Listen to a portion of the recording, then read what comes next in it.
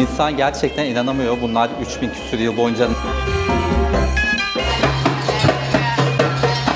Burada mesela motor tamircisi var. Luxor'da gerçek yaşam buralarda. Bu papirüs bitkisi. Mısır'da yapmanız gereken en önemli şey pazarlık. Peki bunlar nasıl olmuş da bu kadar iyi korunmuş? Abi başta 10 dedi, sonra 100'ü gösterip 100 istiyor. Çocuklar sürekli gelip fotoğraf çektiriyor. 10-15 dakika geçmedi, pat diye ışıkları kapattılar. Mısır'a gelişle, vizeyle ilgili bilgiler vereyim.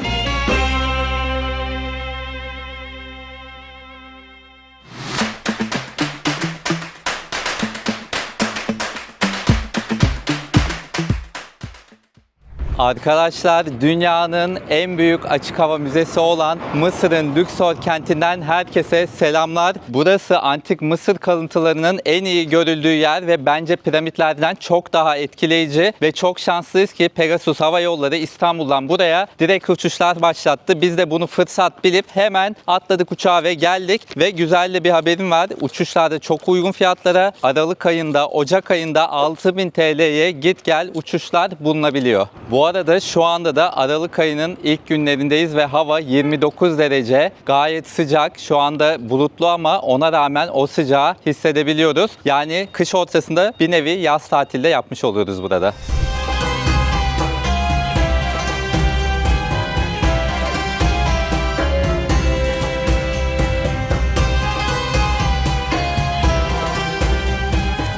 Peki Luxor neden bu kadar önemli? Çünkü burası Antik Mısır'ın en güçlü olduğu dönemlerden birinde, yani bundan yaklaşık 3500 yıl önce yüzlerce yıl boyunca Antik Mısır'a başkentlik yapmış. Roma döneminde buranın ismi Teb olarak anılmış. Antik Mısırlılar ise Vaset diyorlarmış. Şu anda bulunduğumuz yerde Nil Nehri'nin batı yakasındaki Krallar Vadisi. Firavunlar mezarlarını bu gördüğünüz kayalıkların, dağların içine tüneller ve odalar şeklinde inşa etmişler. Burası da çok meşhur olan Firavun Tutankamun'un mezarı, ama biz onu gezmeyeceğiz çünkü girişi çok pahalı. Onun yerine Ramses 5 ve 6'nın mezarlarını gezeceğiz.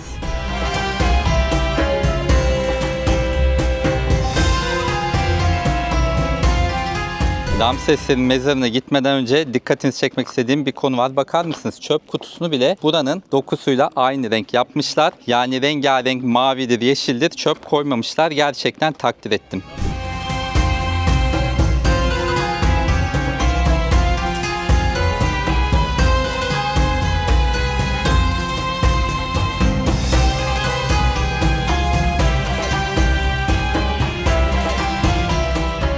Ramses 5 ve 6'nın mezarına geldik. Mezarların girişleri bu şekilde arkadaşlar. Şimdi bu Krallar Vadisi'ne ayrı bir giriş ücreti var ve her bir mezara da ayrı ayrı ücret ödeniyor. Biletleri nereden aldık, nasıl aldık, fiyatlar nedir? Gezdikten sonra anlatacağım.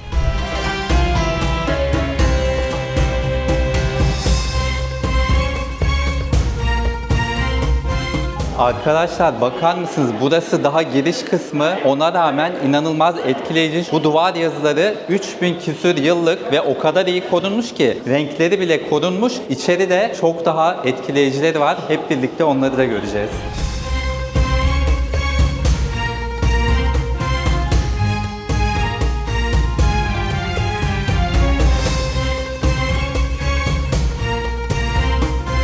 Arkadaşlar şu resimlerin netliğine bakar mısınız? İnsan gerçekten inanamıyor bunlar 3000 küsur yıl boyunca nasıl bu kadar iyi korunmuş diye. Ve böyle neler anlatıyor gerçekten çok merak ediyorum. Mesela bunlar el ele tutuşmuş, ne demek istiyorlar acaba? Burada kuşlar var. Bu mezar mı, kayık mı anlayamadım. Yani insanın Mısırolog olup bunları çözesi geliyor. Ama bize okullarımızda nedense Antik Mısır pek öğretilmiyor. Bunu da insan buraları gezdikçe fark ediyor.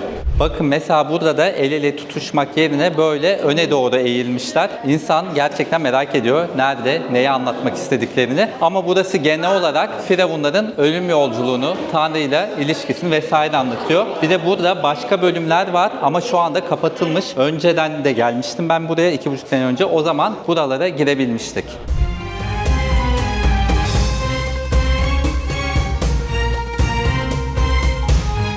Arkadaşlar değinmek istediğim bir konu var. Bakın şu arkamda gördüğünüz köşede oturan abi var. Şimdi o abiden bir tane de burada da var. Bunlar siz böyle mezarları gezerken gelip fotoğrafınızı çekeyim diyorlar. Siz de iyi niyetli olduğunu düşünüp çektiriyorsunuz. Para istiyorlar. Hadi diyelim verdiniz o parayı. Bu sefer verdiğiniz parayı da beğenmiyorlar. O yüzden o konuda önden uyarmak istedim sizi. Eğer mümkünse kendi fotoğraflarınızı kendiniz çektirin derim.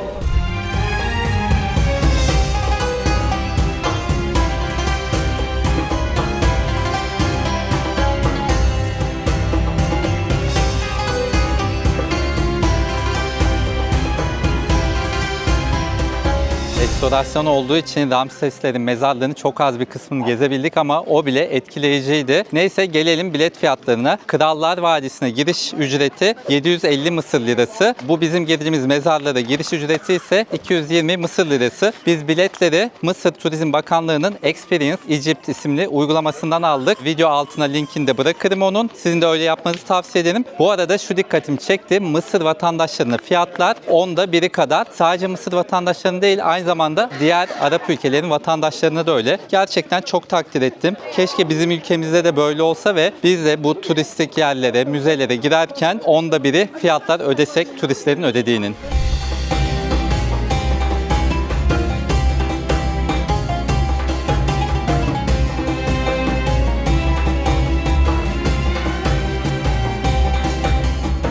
Bu arada biz buraya taksiyle geldik. Taksicimiz Mahmut. Selamünaleyküm Habibi. O gezdiriyor bizi sağ olsun. Şu arabamız 20 dolara anlaştık. Bütün gün bizi işte bu Krallar Vadisi'ne getiriyor. Kraliçe Hatshepsut tapınağına götürecek. Sonra başka bir tapınaklara, heykellere de gideceğiz. Bekleme süreleri de dahil. Onun telefonunu da yazacağım. Ben de onun telefonunu başka bir arkadaşımdan, Seymen'den almıştım. O geçen hafta buraya gelmişti. Size de tavsiye ederim. Çok güler yüzlü birisi.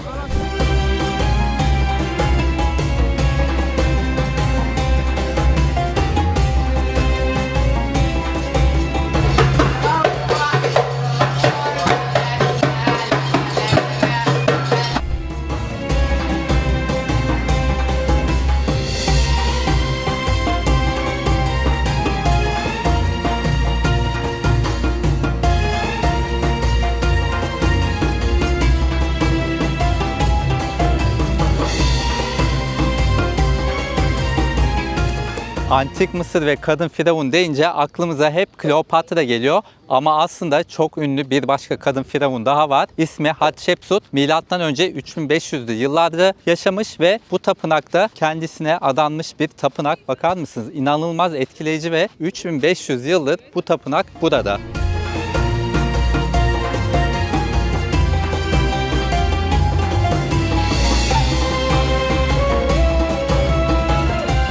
Hatshepsut'u biraz daha anlatayım. İsmini söylemek de çok zor kendisinin. Hatshepsut'un hem babası Firavun hem evlendiği kocası Firavun ama kocası çok erken ölüyor ve çocukları da oldukça küçük olduğu için Firavunluk görevini kendisi devralıyor ama devralmakla yetinmiyor. Bunu çok güçlü bir şekilde kullanıyor. Hatta o dönemin erkek Firavunlarının simgesi olan takma sakallar var. Onları bile takıyor bu gücünü pekiştirmek için. Değinmek istediğim başka bir konu da var. Bakın buralar hep çöl. Hiçbir bitki dahi yok. Ama ileride yeşil alanlar var. Videoda ne kadar belli oluyor bilmiyorum. Orası Nil kıyıları. Nil gerçekten bereket saçıyor. Nil'in etrafına yaklaştıkça yeşillikler oluyor. Geri kalanı Mısır'ın %95'i gibi çöl.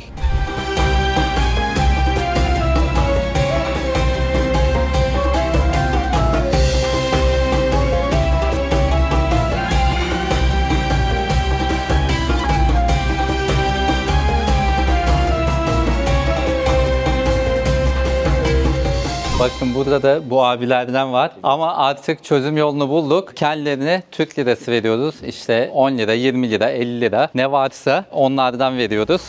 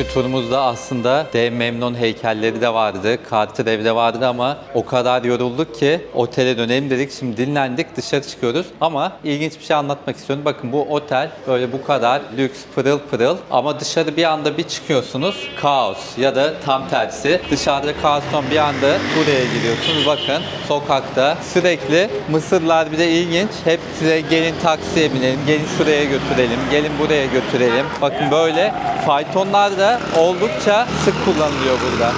Şimdi yemek yemeye gidiyoruz ama öyle lokal bir yemek değil. Onu şu an zorlamayalım dedik. KFC gördük ileride. Bugünlük KFC'de yiyeceğiz.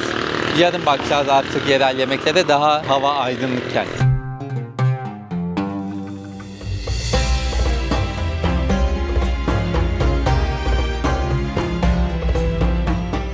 Zinger menü söyledik. Bunun fiyatı 215 Mısır lirası, yani yaklaşık 190 Türk lirası.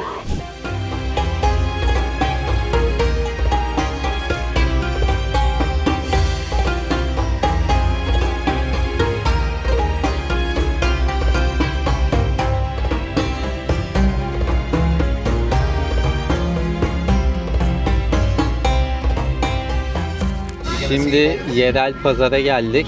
Burada geziniyoruz taksiyle. Arkadaşları, taksi şoförü, sizi gezdireyim. Bu arada git gel 200 Mısır lirasına anlaştık. Çok da uygun fiyat. Bakın burada neredeyse hiç turist yok. Bugün bir de cuma günü olduğu için indirimler varmış. Cuma ve cumartesi günleri burada tatil günleri. Hafta sonu oluyor yani. Bakın burada da gençler. Dünyanın her yerinde olduğu gibi burada da gençler kamera görünce, YouTube olduğunu anlayınca hemen el sallıyorlar. Luxor'da gerçek yaşam buralarda. Bakın herkes güler yüzlü. Yani insanlar ilk başta biraz bu işte taksiciler olsun vesaire, işte hediyelik eşya satıcıları çok böyle yanaşıyorlar ama hiç kimseye aslında bir zararları yok. Korkacak bir durum yok yani. Çünkü Cumhurbaşkanları Sisi turizme çok önem veriyor. O yüzden hani güvenlik önlemleri üst düzeyde. Turistlere kesinlikle kötü bir şey yapılmıyor.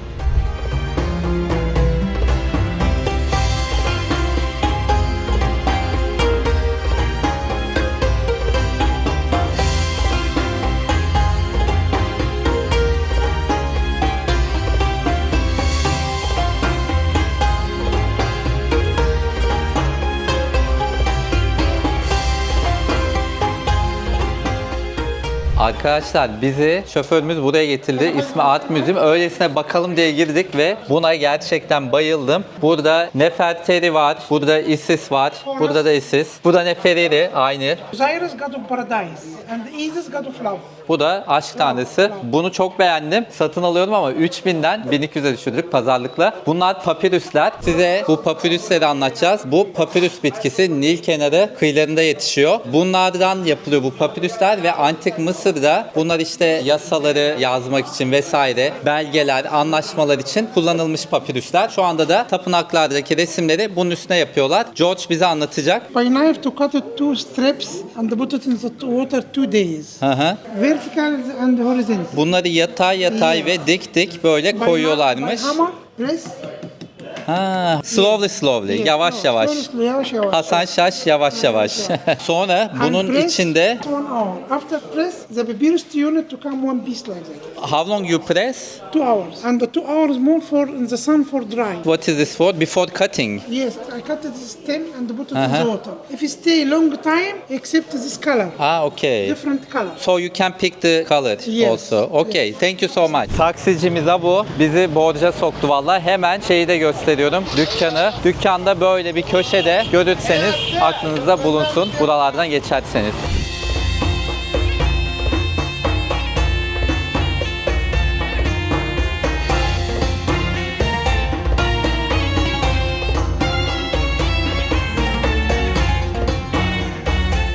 Şimdi Nil kıyısında yürüyüşe geldik arkadaşlar. Aileler, gençler, çocuklar burada hepsi oturmuş, keyif yapıyorlar. Akşam saat 8'i geçti ama oldukça kalabalık. Hello. Böyle el sallayanlar falan oluyor. Bakın hep böyle ama hello. Bunlar zararsız çocuklar. Satıcılar çok şey yapıyor böyle. Geliyorlar, bırakmıyorlar peşinizi. Ama sıradan halkta thank you. O konuda hiçbir sorun, sıkıntı yok.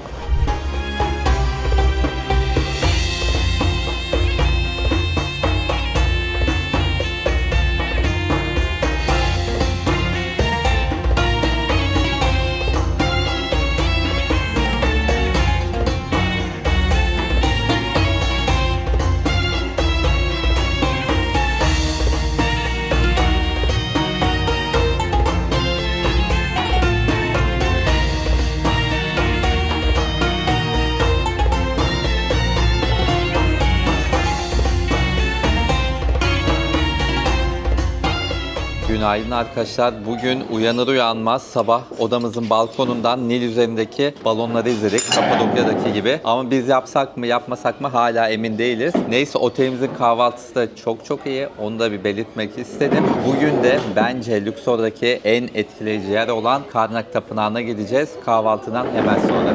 Şimdi otelden çıkıyoruz ve taksiye bineceğiz. Karnak'a gitmek üzere. Şimdiden bak seslenmeye başladılar yolun karşısından. Gidelim bakalım. Hi my friend, how are you? Tamam. Yes, Good. good. We are going to Karnak. How much is the price? Fair price 400 pounds. Just Karnak. Make it 350. No, come on, it's 100. Everybody goes for 100. I'm honest with you. Okay, thank you.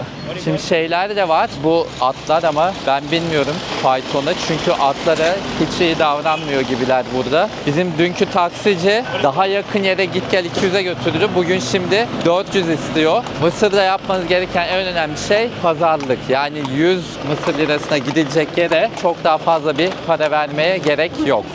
Şimdi bakın bu fayton sürücüsü abi bizi otelden çıktığımızdan beri takip ediyor. Yok dedik ata binmek istemiyoruz dedik ama epeydir bırakmadı. Şimdi polisleri görünce uzaklaştı. Gerçekten Mısır bu konuda çok iyi. Turizme çok önem veriyorlar ve turistlerin rahatsız edilmesine kesinlikle müsaade etmiyorlar. O yüzden yani polis gördüğü anda satıcılar bir anda duruluyor. Şimdi başka bir taksici durdu. Karnak 100. Come on, we went yesterday for 100 then. 100 okay?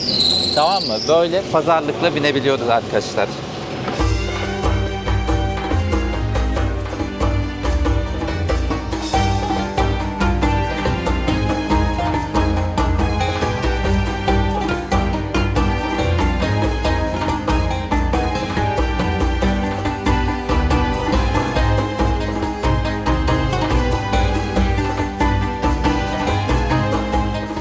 Kaleş? What's Kelesh? Here. The horse. Yes, hot. We don't go, we just came. We make video. Just walk, where to go? Just walk in the street. for us. If we want to go, we will find you, my friend. What's your name? Ahmed. Ahmet. Everyone is Ahmet. Yes, your surname? Orçun. Oh, it's good. Böyle işte arkadaşlar. Şurada 2 dakika nehre bakalım diye yürüdük ama onda bile bırakmıyorlar. Bunları çekiyorum çünkü hani buraya gelecek olanlar farkında olsun. Ya insanların bir zararı yok aslında ama bazı kişiler için özellikle kadın kadına gelen ziyaretçiler için bu biraz daha zorlayıcı olabilir.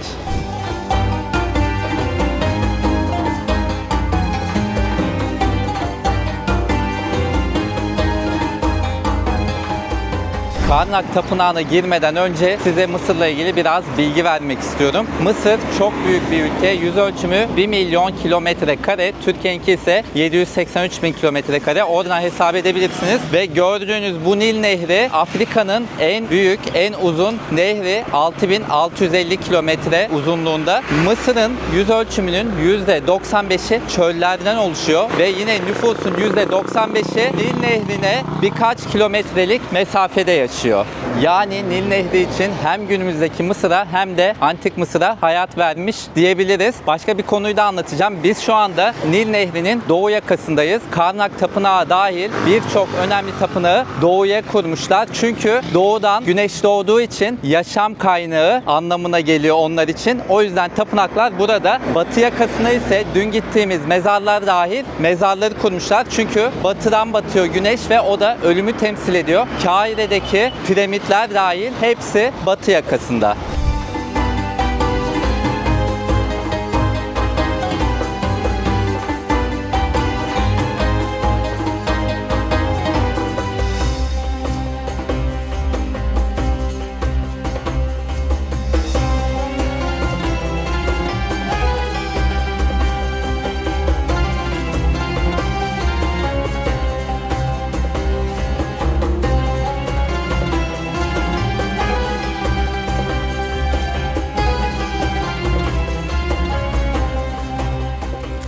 Şu anda Karnak Tapınağı'ndayız. Burası Antik Mısır'ın en önemli dini merkezi. Tanrı Amun-Ra'ya adanmış durumda. Tanrıların tanrısı kendisi ve tapınağın inşasına bundan 4000 yıl önce başlanmış. Burada gördüğünüz yapıların büyük bir kısmı ise tam 3500 yıllık. Her gelen firavun bir şeyler ekletmiş buraya. Arkamda gördüğünüz kocaman heykel ise Antik Mısır'ın en güçlü döneminin en güçlü firavunlarından biri olan 2. Ramses'in heykeli.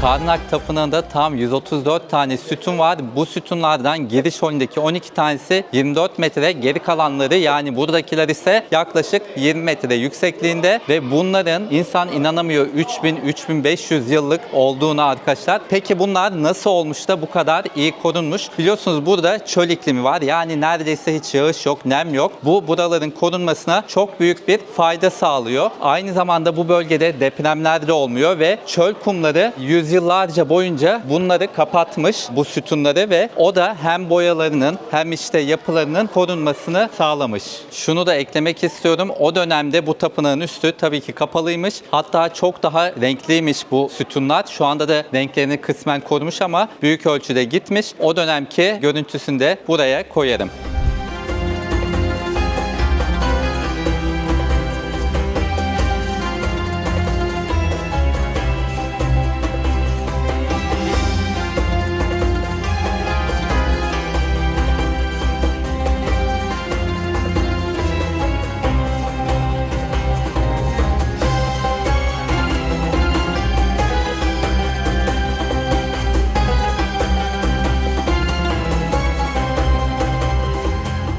İstanbul Sultanahmet'teki dikil taşı biliyorsunuz, işte o dikili taş buradan Karnak Tapınağı'ndan götürülmüş. Burada da hala dikili taşlar var. Bu dikili taşları zamanında firavunlar hem tanrıları Amun-Ra'yı onurlandırmak için hem de kendi başarılarını anlatmak için dikmişler. Peki İstanbul'a nasıl gelmiş bu? Milattan sonra 30 yılında Firavun Kleopatra öldükten sonra Antik Mısır Roma İmparatorluğu'nun kontrolüne giriyor ve Roma İmparatorları bu dikili taşları bir prestij ve güç simgesi olarak Roma'ya, o dönemki başkente taşıyorlar. Daha sonra milattan sonra 330 yılında İstanbul Roma İmparatorluğu'nun başkenti oluyor ve milattan sonra 390 yılında o dönemki imparator 1. Theodosius bu taşlardan İstanbul'a da götürüyor. Çünkü hem Roma ile rekabetini göstermek istiyor, hem şehre hem de kendine prestij katmak istiyor ve gücünü pekiştirmek istiyor.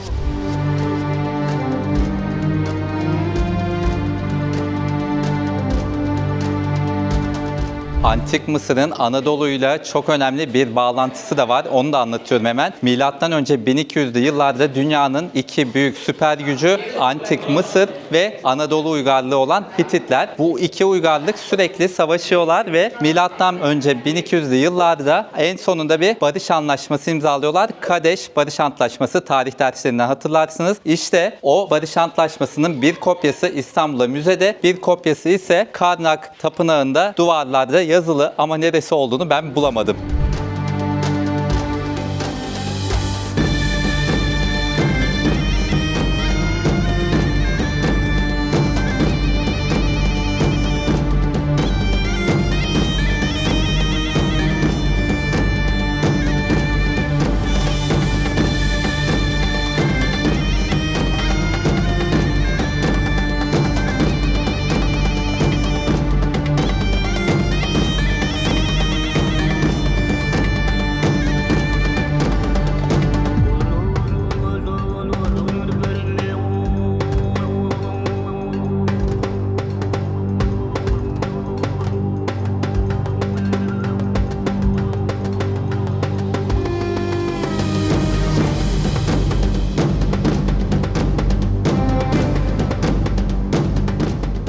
Karnak Tapınağı gezimizin sonuna geldik. Arkadaşlar gerçekten o kadar etkileyici ki bu 3500 yıllık kalıntıların arasında dolaşmak yani tarif edemem. Neyse giriş ücretini de söyleyeyim. Biz 600 Mısır lirası ödedik. Yaklaşık 12 dolar civarı ediyor. Ama eğer Mısırlı olsaydık veya başka bir Arap ülkesinden olsaydık ücret sadece 40 Mısır lirası olacaktı. Yani 36 Türk lirası civarı olacaktı. Bunu da yine uygulamadan aldık. Uygulamadan bilet aldığınızda bu şekilde bir mail geliyor ve QR kodu oluyor. O QR kodunu göstererek geçiş yapabiliyorsunuz tüm müzelere, tapınaklara ya da mezarlara.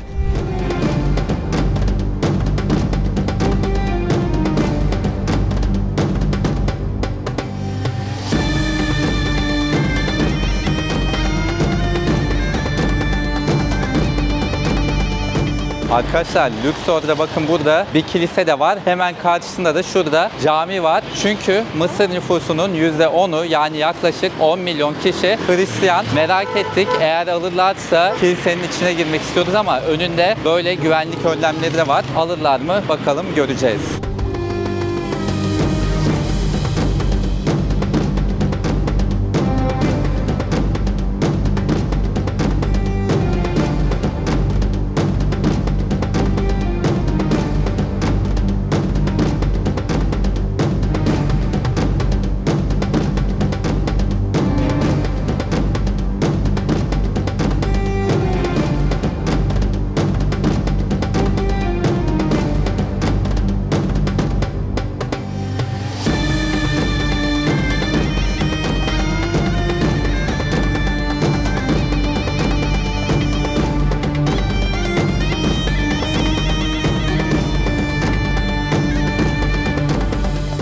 Arkadaşlar dün taksiyle gezdiğimiz bu ara sokakları bugün de kendimiz gezelim dedik.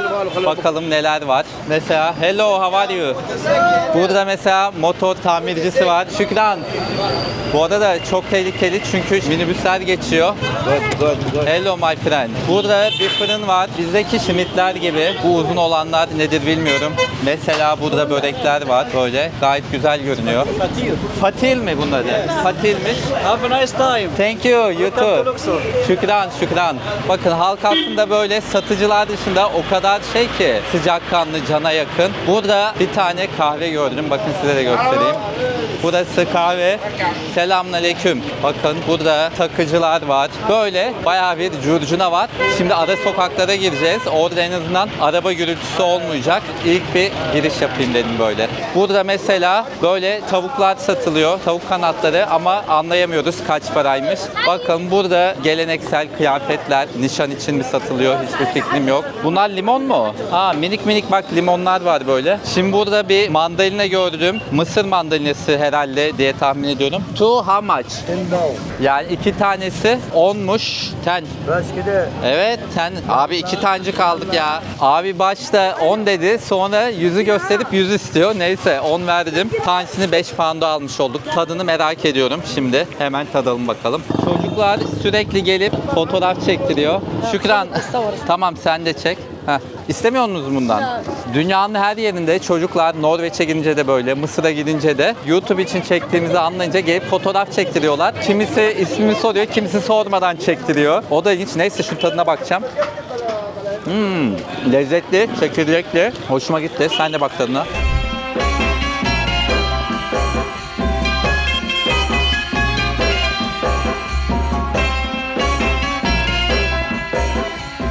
Şunu çok duyuyorum arkadaşlar Mısır'a gelenlerden. Antik Mısır bu kadar böyle gelişmişken günümüzde Mısır niye böyle diye soranlar oluyor. Daha doğrusu Mısır halkı. Şunu anlatmak istiyorum. Antik Mısır evet çok gelişmişti ama sadece yönetici kısım böyleydi. Rahipler böyleydi. Veya işte bilim adamları, zanaatkarlar refah içindeydi. Mısır halkı her daim o dönemde dahil daha yokluk içindeydi. Maalesef o yönetimin zenginliği halka geçmemiş.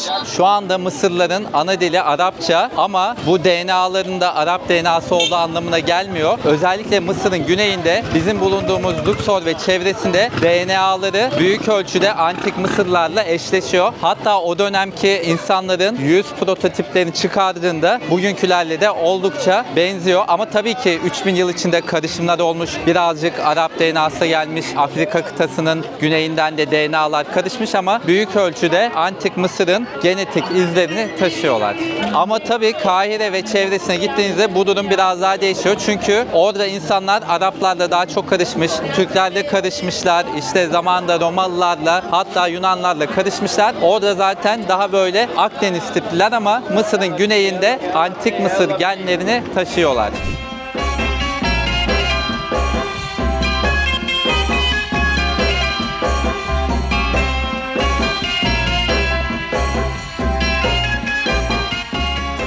Burada bir berber dükkanı gördüm. İçine bakalım. Çok böyle geleneksel, eski tip.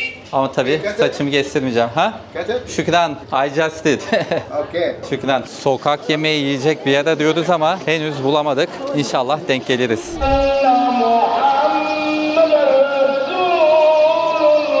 Şimdi sokak aralarına girdik. Belki bir yer buluruz diye yemek yiyecek ve böyle bir tane restoran gördük. Fiyatları merak ediyorum. Çünkü gerçekten turist olduğunuzu anlayınca saçma sapan 5 katı 10 katı fiyatlar söylüyorlar. Önce menüye bakacağız, ona göre oturacağız. Arkadaşlar tahmin ettiğim gibi çıktı. Başta bize bir turist menüsü geldi. Fiyatlar çok yüksekti. Sonra ben işte olmaz bilmem ne deyince, kalkacağım deyince başka bir menü getirdiler. O da Mısırlılara ait Arapça bir menü. Onu da Google çeviriyle anlayabildik. Fotoğraf çekiyorsunuz biliyorsunuz. Oradan çıkıyor. Ekran görüntüsüne koyarım zaten. Neyse biz bir tane kebap söyledik. Bir tane köfte söyledik. Bunların tadına bakacağım. En sonunda da giderken gerçekten Mısırlı fiyatları aldılar mı onu söyleyeceğim. Çünkü bazen böyle yapıyorlar. Onu ekstra, onu ekstra, onu ekstra yazıp fazla da fiyat yazmış olabiliyorlar. Eğer beğenirsem de buranın ismini video altına sizler için yazacağım. Başlıyorum köfteyle. Bunları biz tabii ortaklaşa söyledik.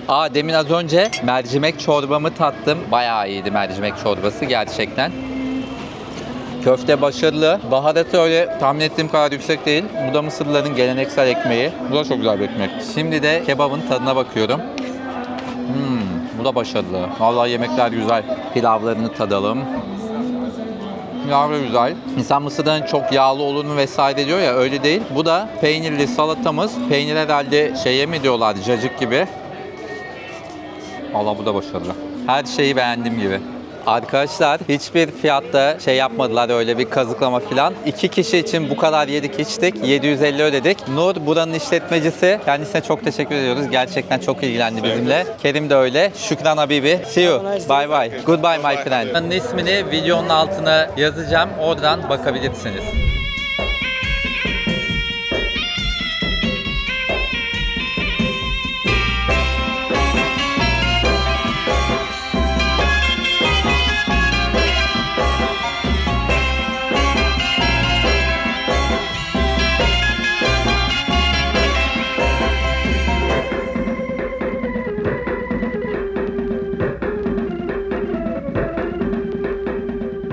Arkadaşlar az önce o görüntülerini gördüğünüz yer Luxor Tapınağı.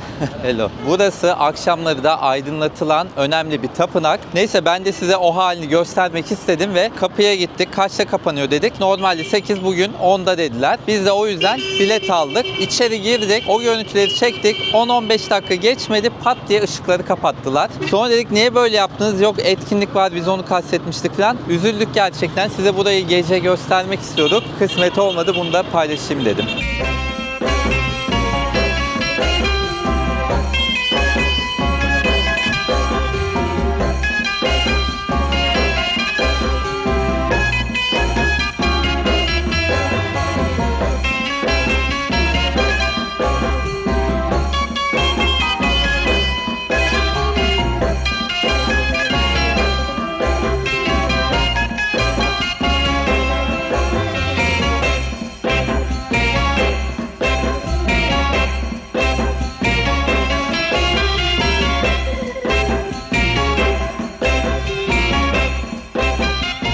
Nil Nehri'nin hemen kenarındaki bu tarihi bina aslında tarihi bir otel. İsmi de Winter Palace. İngiliz döneminde 1907'de inşa edilmiş ve o dönem kış tatiline gelmek isteyen Avrupalı zengin ya da soylu turistleri ağırlamış. Şu anda da burada böyle Noel ışıklandırması yapmışlar. Çok güzel olmuş ve Mısırlılar gelip önünde fotoğraf çektiriyorlar.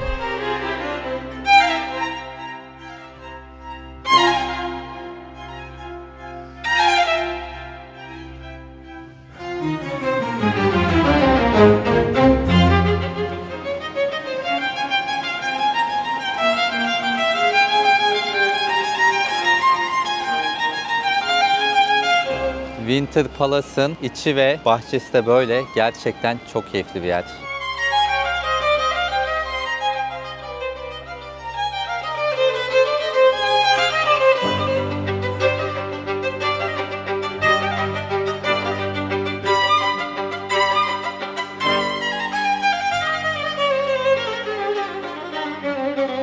Burada garip olan ne biliyor musunuz? Dışarıda mesela caddeler, sokaklar biraz pis, işte kaos var, gürültü var. Böyle yerlerde içeriye bir giriyorsunuz, bir anda dünya değişiyor. Bambaşka yer, böyle tertemiz, huzurlu, şu su sesleri, görüntüler gerçekten çok acayip yani.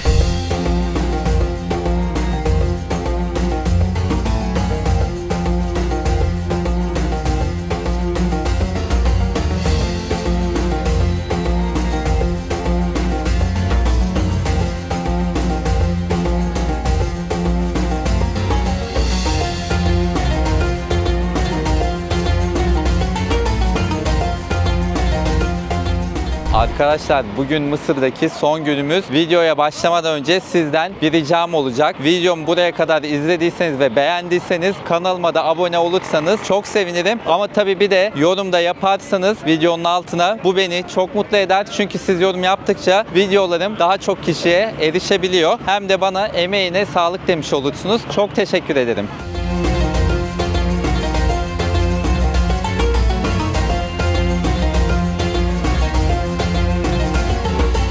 Arkadaşlar şimdi bu lençlerle karşıya geçeceğiz. Orada da Memnon heykellerine gideceğiz biz. 100'e anlaştık 2 kişi için. Normalde 300 isteyen var, 400 isteyen var. Gitgide düşüyorlar. 100'e kadar düştük bakalım. Geçeceğiz şimdi karşıya.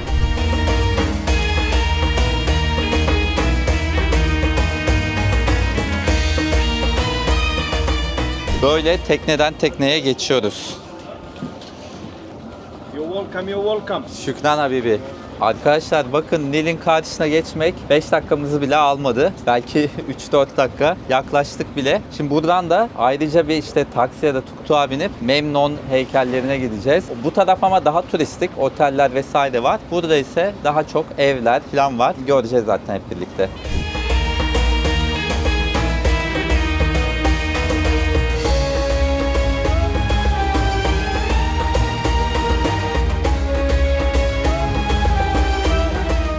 Taksimiz beklerken bir konuya dikkat çekmek istiyorum. Bakın burada binaların hepsi aynı renk tonlarında. Karşıda da öyleydi. Hatta buradan karşıya da bakalım. Şurada zaten Luxor Tapınağı falan da görünüyor. Hep sarı, işte krem tonlarında. Taksimiz gelmiş bu arada. Çok gerçekten dikkat ediyorlar bu estetiğe. Burada bile hani binalar çirkin ama aynı renk oldukları için ve tabelalar daha az olduğu için göze daha hoş görünüyor. Yeni taksi geldi. Onunla pazarlık yapıyor. What did he say? You go in the Memnon, I come back. Yes. 150. Okay.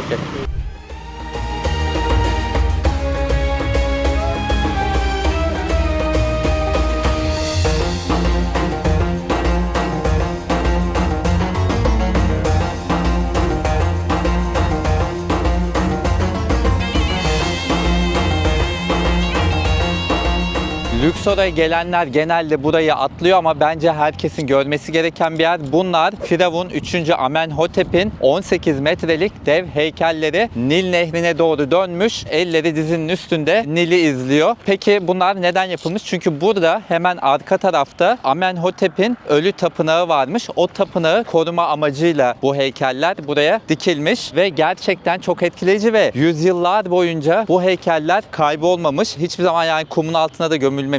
Antik Yunan döneminde de Roma döneminde de hep yerindeymiş. Hatta şu an bunlara dev Memnon heykelleri denmesinin sebebi Antik Yunan'da bu ismin verilmesi.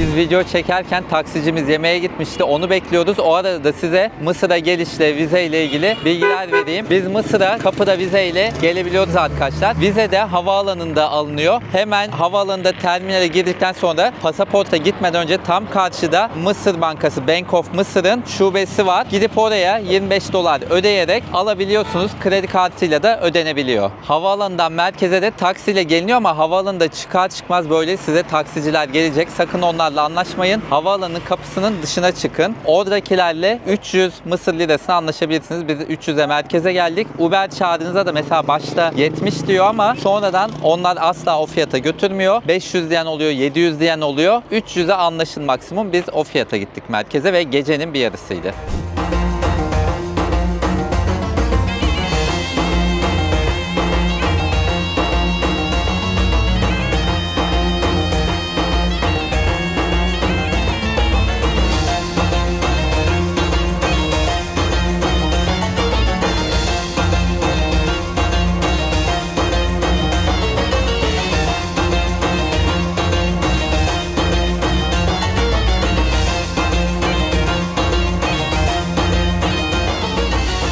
Arkadaşlar bakın karşıya geçtik, taksiye bindik, geldik. Hem Mahmut bize çok yardımcı oldu hem arkadaşı. Onun telefon numarasını videonun altına bırakacağım. Bize çok yardımcı oldu. İsterseniz siz de benzer bir şey yapmak için kendisine ulaşabilirsiniz.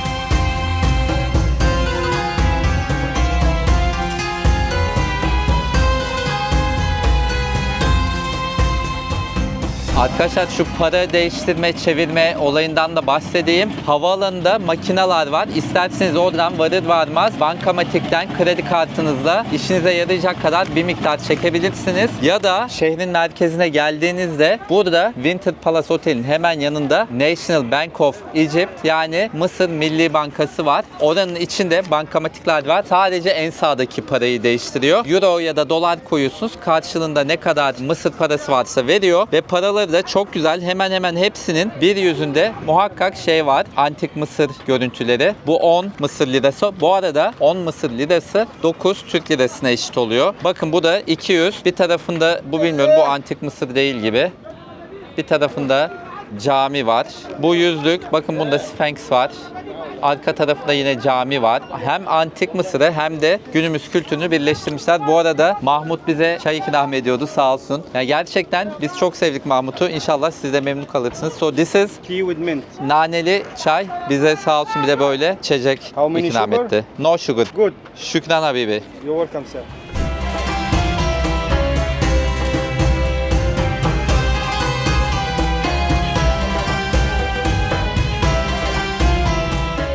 Arkadaşlar çay içerken Mahmut'la bayağı bir sohbet de ettik. Sağ olsun bizi evine yemeğe de davet etti. Gelin dedi ailemle birlikte yemek yiyelim. Ama bugün döndüğümüz için gidemiyoruz. Neyse gerçekten çok misafirperver biri ve şundan da konuştuk. Bu Mısır'da hani satıcılar geliyor arkanıza böyle çok yapışıyor bırakmıyorlar ya. Yani bu diyor gerçek Mısırlılar öyle değil diyor. Biz öyle değiliz diyor. Bu duruma çok üzülüyor. Mısırlıların çok yanlış tanınmasına sebep oluyorlar diyor. O bana bunları aktardığı için ben de size onu iletmek istedim. Bir de bize sağ olsun böyle bazalttan yapılmış bir şey verdi. Bu bok böceği antik Mısır şeylerinde daha kibar bir isim var mı bilmiyorum. Antik Mısır için kutsal bir böcek. Hatta onun etrafında dönüyorlar şeyde. Karnak Tapınağı'nda o bok böceği heykelinin etrafında dönüyorlar. Dilek tutuyorlarmış ve o dilekleri yerine geliyormuş. Neyse bunu da hediye etti. Mısırlı bir arkadaşımız da olmuş oldu burada. Bir daha gelirsek inşallah böyle bir ev videosu da çekeriz. Tamamen ev ve buradaki yaşam deneyimi olan bir video.